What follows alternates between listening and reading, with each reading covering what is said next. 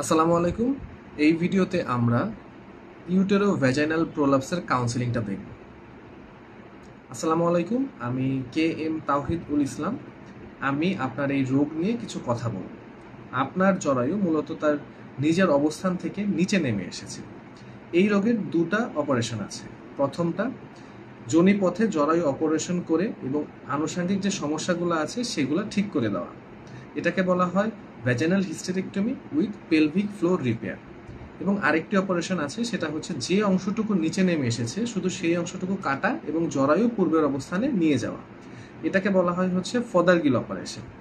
দুটো অপারেশনই আপনার যোনিপথে হবে এবং এখানে আংশিক অথবা সম্পূর্ণ রকমের অবশ করে অপারেশন করা হবে।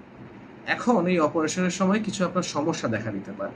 কি সমস্যা? সেটা হচ্ছে অপারেশনের সময় অপারেশনজনিত কিছু সমস্যা, যেমন অজ্ঞানজনিত সমস্যা, অতিরিক্ত রক্তক্ষরণ অথবা আশেপাশের যে স্ট্রাকচারগুলো আছে সেগুলোতে ইনজুরি হতে পারে বা সেগুলো ক্ষতিগ্রস্ত হতে পারে। এছাড়া অপারেশনের পরেও সমস্যা দেখা দিতে পারে, যেমন অপারেশনের জায়গায় বা কাটা স্থান থেকে রক্তক্ষরণ অথবা ইনফেকশন হতে পারে। অপারেশনের সময় বা অপারেশনের পরে রক্ত দেওয়া লাগতে পারে, তো সেক্ষেত্রে অবশ্যই রক্তের ডোনার রেডি রাখতে হবে। আর এই অপারেশনটা করার জন্য আপনাকে 50 থেকে 60,000 টাকা খরচ হতে পারে। এই অপারেশন করার পরে মূলত আপনার মাসিক বন্ধ হয়ে যাবে, আপনার গর্ভধারণ করতে পারবেন না, যার ফলে আপনার কোনো জন্ম নিরোধক ব্যবহার করার প্রয়োজন নেই। স্বামীর সাথে সহবাস করতে পারবেন, এতে কোনো প্রকার সমস্যা হবে না। অপারেশন করার পরেও যদি আপনার দীর্ঘদিন কাশি বা কোষ্ঠকাঠিন্য থাকে, তাহলে সেক্ষেত্রে এই সমস্যাটা আবার দেখা দিতে পারে। আপনার কি আর কিছু জানার আছে?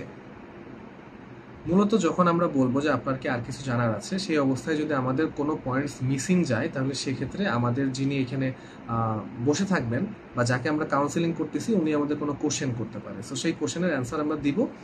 আর এছাড়া এই যে আমি যে পুরো যে প্রোটোকলটা বললাম, এই প্রোটোকলের ক্ষেত্রে কোনো একটা সেন্টেন্স আগে পরে হতে পারে, এতে কোনো প্রকার সমস্যা নেই। আচ্ছা, এরপরে যখন আমরা বলবো যে আপনার আর কিছু জানার আছে, যদি কোনো কিছু মিস যায়, সেক্ষেত্রে উনি আমাদের সেই কোশ্চেনটা করবে। আর যদি মিস না যায়, তাহলে সেক্ষেত্রে বলবে না আমার আর কোনো কিছু জানার নেই। সেক্ষেত্রে আমরা তাকে ধন্যবাদ দিয়ে শেষ করি। এতক্ষণ আমার কথা শোনার জন্য অসংখ্য ধন্যবাদ। আসসালামু আলাইকুম।